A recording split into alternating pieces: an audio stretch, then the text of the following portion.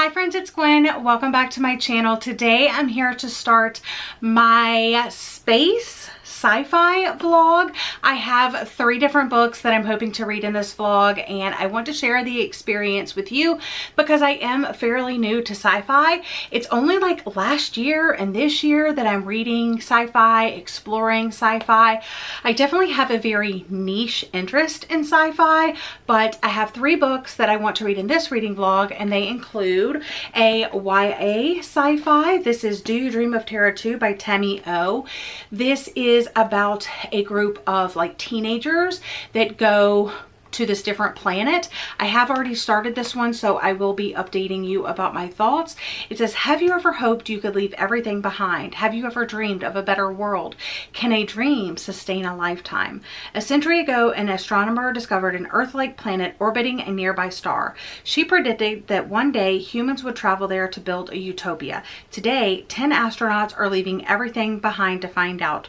4 are veterans of the 20th century space race, and 6 are teenagers who trained for this mission most of their lives. So I'm very excited to talk to you about this because, like I said, I have already started it. I am currently on page 118.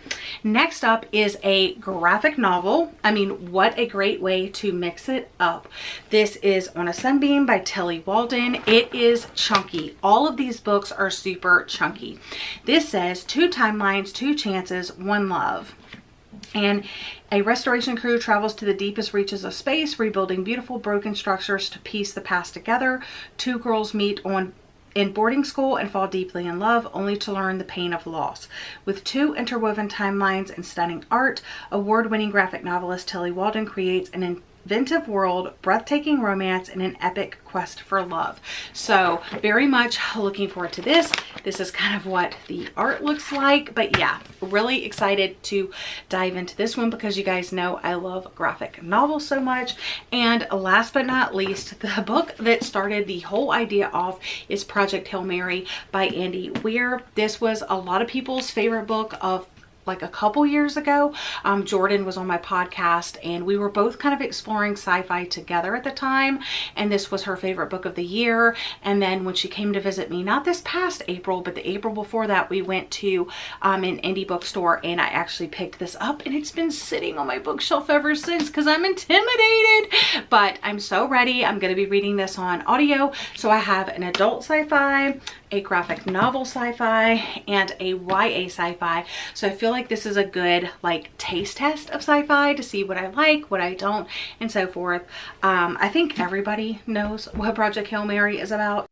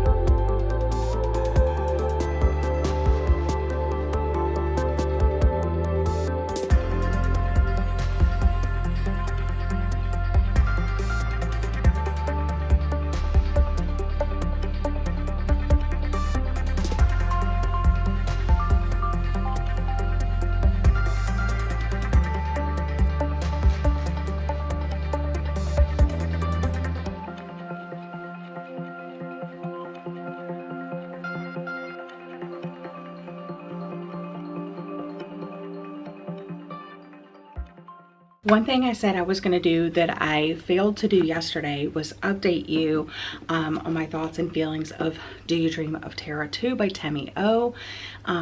Never did that yesterday. I was kind of having an off day, but I did do reading sprints with my patrons last night, and I got a huge chunk read. I had already read up to page 148. But I went from 148 to 315, so 150 pages last night, which I think is amazing. And yeah, I'm hoping to make another huge dent today. I forgot to mention that this book is 532 pages. So I am tackling chunky books in this vlog. Okay, so now let me tell you my thoughts. So the first part right here is meeting the characters that are going to go on this adventure, this expedition. It slightly introduces you to the adult characters, but it's definitely more focused on the beta or the teenagers that are going on this trip. It's kind of like leading up to the launch, and it talks to them about or it tells us how they're feeling, kind of a little bit of their background and their training, and their interrelationships with each other, and you know, all of that. And surprisingly, it's very character driven rather than plot driven. You're really just following multiple POVs leading up to the launch and getting a little bit more backstory on them. And like I said, there are relationships between each other. There's like some twins that are going. They've been training together for a really long time, so it's kind of like they grew up together. Yeah, so that is part one. And then I started part two yesterday afternoon. Trying to find it. There we go. I started part two yesterday afternoon, and that is when the shuttle actually takes off. It actually launches. And Terra-Two is not like in our solar system. It's 23 years. It's going to take them 23 years to get to Terra-Two, which is an Earth-like planet, but they're basically spending a majority of their lives getting there, and then they're not going to be returning back. This is a one-way mission. So they actually launch, and you know, everybody has their different jobs and roles that they're going to play that are all listed right here in the character list, and they start doing their jobs from takeoff till where they are now. Obviously it's like skipping ahead a little bit, but not really much. I do have a ways to go till I get to the third part. I still have like this much to go. So I'm like 315 to like 400. So I have basically 75 pages still to read in part two. And I'm very curious what's gonna happen in part three. So crop top is from Amazon. Jacket is Levi's. Shorts are from Walmart. And these shoes, I think I got them at like Walgreens or something. So that's the outfit.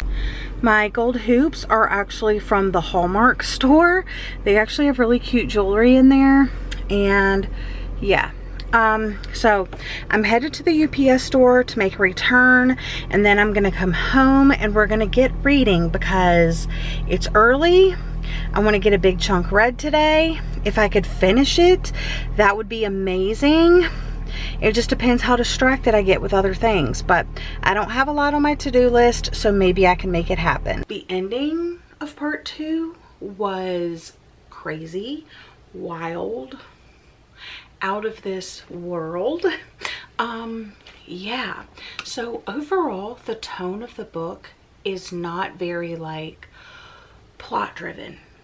It's not. It's definitely character driven, and there's very few like things that I could say happened other than they're living their day-to-day lives on their ship, and they're just interacting with each other and trying to make it to Terra-Two. And it's about their conversations with each other, their jobs, and stuff like that. But there have been two things that happened that have made my heart race.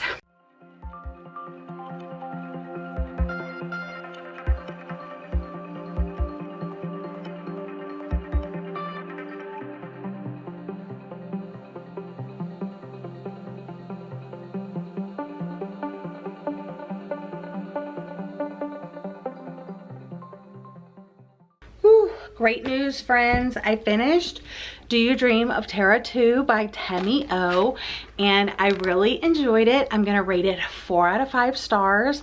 Highly recommend if you're looking for a slow-moving, melancholy character study about some teens that have been trained to go to space to colonize a new planet.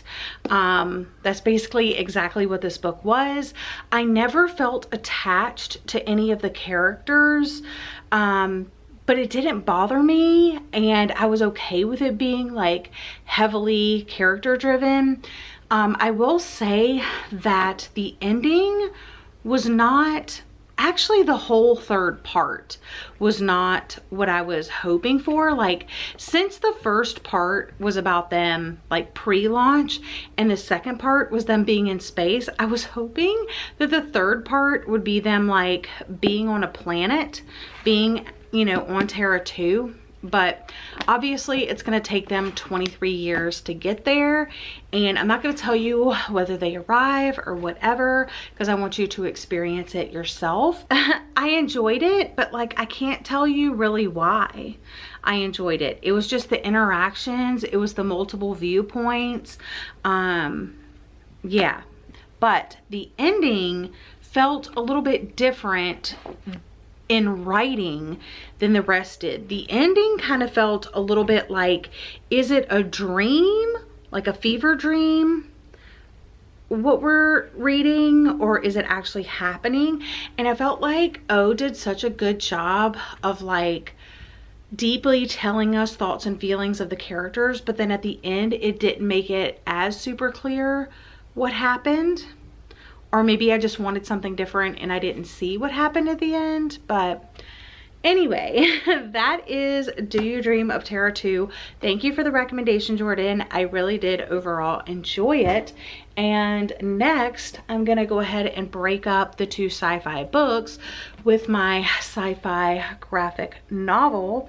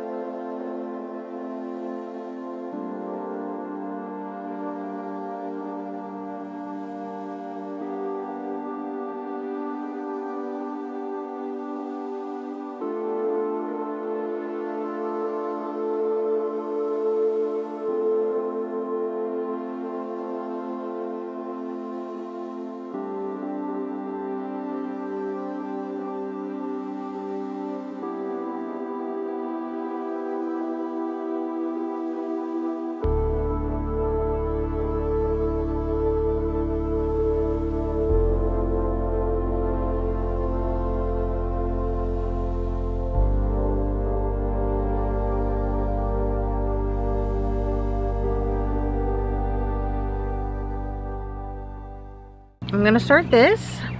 Pretty chunky, but I'm excited. All right, friends, I wanted to give an update on A Sunbeam. I'm 108 pages in. I've read this bottom portion.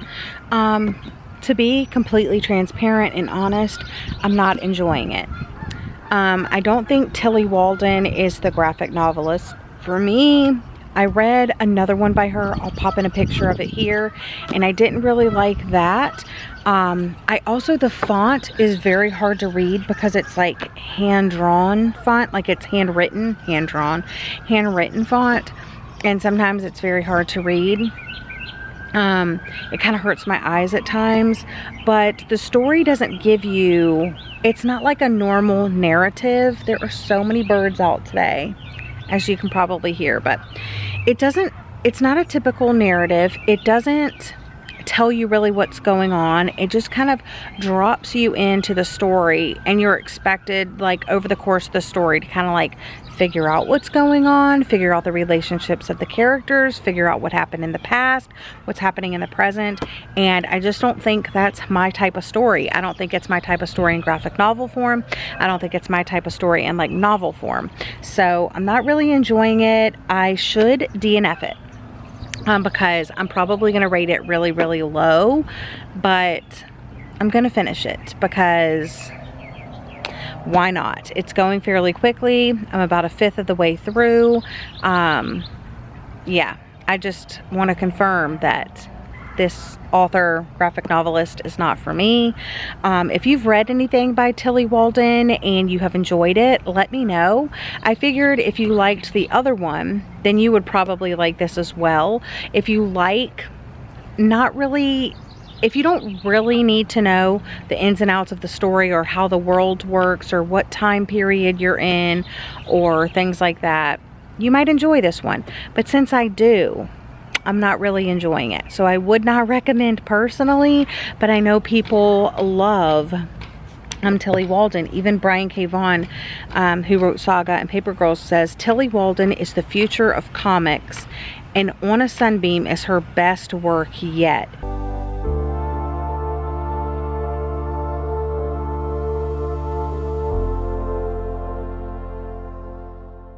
I'm here, so I've read about half. I'm on page 248, and I stand by what I said earlier. It is about two girls falling in love, but it's also a past and present timeline. You have, I guess, the past. I don't remember any of their names.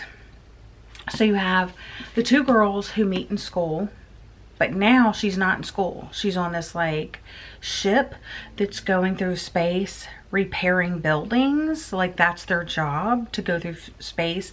Like they get a contract, like go repair this building or go do this to this building, restore art, different things. And it's her relationship with the people on her ship, but it's also you're finding out what happened at this boarding school that she went to. And that's all I really know. I don't know how it connects. I don't know the names of the people. I don't know anything. So I'm struggling, but I'm going to continue because I'm already halfway through. I am back because I finished On a Sunbeam by Tillie Walden, and unfortunately I really did not like this. I realized the time and energy and craftsmanship and artistry that went into creating the story and the artwork and all of that. It is just not my vibe. It felt very fever dream-ish. It felt very, I don't know, incomplete. I basically was dumped into the story, and it's not even set in our universe. There's two different timelines. There's like the before and the now, but it never tells you if you're talking about before or if you're in the now. You never know if characters are thinking or actually speaking. And there's certain plot points that like something will happen and you can feel the importance of the situation, but they never tell you what the importance is, and they never tell you why it's like high stakes. So you have the time set at school. Well, actually it starts, I even forgot this part. It starts when our main character is joining this crew on this spaceship. And also the spaceship looks like a goldfish. Why? I don't know. It's also shaped like this game they used to play at the boarding school. What is the significance? No idea. But you can tell they're in space, and what their job is, this crew's job is they are sent out, they're contracted to go out and repair buildings. For example, they'll be working on this building. I don't know. I didn't understand it. I don't understand what happened at the school. There were a couple of things that were alluded to that I never fully understood. And I don't think that I related or understood or sympathized with any of the characters because I didn't really understand what was going on and the situations that they were in and so forth. I knew very early on, probably around the 30-page mark, that I was not enjoying it. I updated you right away and I was like, I do not think this is my thing. I still read it because I was hoping it would get better. I was hoping things would be explained. They never were. But I wasn't enjoying it. There wasn't one part that I was like, oh, I really liked that, or oh, that was cool. Nothing about this that I liked. So I'm not going to rate it because I still read it past wanting to DNF it.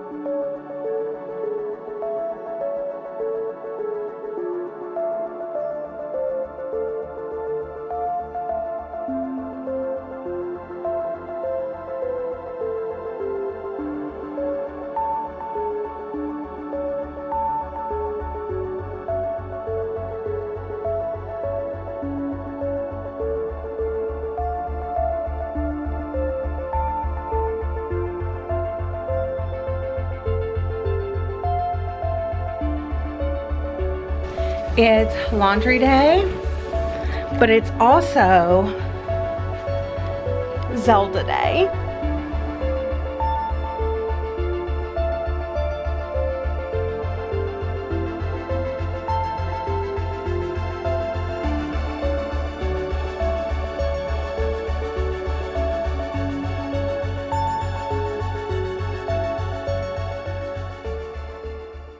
It has actually been a few days. It's been a rough few days, but we're not here to talk about that. We're here to talk about Project Hail Mary by Andy Weir. I am 35% through the novel now. I'm at the beginning of chapter 10. And it is very, very science heavy, but I think the author tackled it in a very cool way. If you read about the author, Andy Weir built a 2-decade career as a software engineer until the success of his first published novel, The Martian, allowed him to live out his dream of writing full-time. He is a lifelong space nerd and a devoted hobbyist of such subjects as relative physics, orbital mechanics, and the history of manned space flight. What I love about the way that he's writing the science into this novel in particular, this is my first Andy Weir novel, is that he's writing it and explaining things, and you're learning things as the reader, as the main character is also learning about things. So our main character is in space on a spaceship, and you're basically wondering, like, how does this spaceship work? Why are they in space? Tell me the whole story. And as it's becoming revealed to the character and talked about in the story, you're learning the ins and outs and the important bits of information that you need to know to understand this world that we're in. And it's very, very interesting. I'm at a very exciting part of the book. If you know, you know. And it's just, so far, it's so interesting. All right, friends, I'm here for my final check-in. I stayed up late last night / early this morning and finished Project Hail Mary by Andy Weir. And I don't know how I feel about it, to be completely honest. It is very science heavy, so science fiction, check. But like I was saying at the beginning, I do think that Andy Weir did a really good job of explaining the science as the story progressed. But I almost didn't care about the science. There were kind of two parts to the story. There's a part that's happening in space, and then there's a part that happened before space that's like happening on Earth. And I really didn't care for those flashback chapters. I know it was to like fill in the gaps in the story, but I don't care about those. I didn't care about any of the people that were on Earth. I didn't care about the relationships about the people that were happening on Earth. Basically, he's trying to save the world, and something happened that he's having to go to space to take care of this problem that's happening to save the world. And I wanted to know, number one, did he save the world? And number two, there is something that happens in space, like there's this relationship happening that I'm very curious about and I want to know more information about. And that's what I was interested in. You basically have this guy hurtling through space, like he wakes up on a spaceship hurtling through space, and he doesn't remember what he's doing, where he is, what his name is, what his mission is, or anything like that. So as he's remembering stuff and flashbacks from Earth are happening, he's learning more things. And as things are happening in space, we're reminded of like training or like a conversation or things that happened on Earth before he was in space, that kind of like connect the puzzle pieces. So you really do need both sides, but I don't know, like I said, I wasn't really enjoying the Earth parts. It was a little like, I get it that it's a science fiction, and maybe this is not the type of science fiction that I like. I'm still definitely discovering what I like within science fiction and what I don't. This was too heavy into the science part rather than the fiction part for me personally. There were certain moments, and if you've read this, I'm sure you know the moments that I'm talking about. There were really moments that I loved, and again, I wish I could experience them for the first time again. I was talking to my friend Jordan, which is where I got the book recommendation. She gave it 5 stars. I don't know what I'm gonna rate it because I do think a lot of it was repetitive, and there were whole sections that could have just been like taken out or shortened, and I think it would have been more impactful to me. Honestly, I think I'm landing on a 3 stars, which I know is an unpopular opinion, but I really only cared about 2 characters, and I was really only interested in certain aspects of him being in space. So I have once again completed 3 different science fiction books in various forms: young adult, graphic novel, and adult science fiction. But like I said, I do have another science fiction vlog on my channel. I think I did it like last year, so I'm gonna link that down below for you. If I forget, just remind me. But thanks for tuning in. Thanks for watching. Thank you for allowing me to explore science fiction and discover what I like about it, what I don't like about it, and all of that fun stuff. So I hope you guys are having a lovely day or night, and I'll see you guys again in another video very soon. Bye, friends.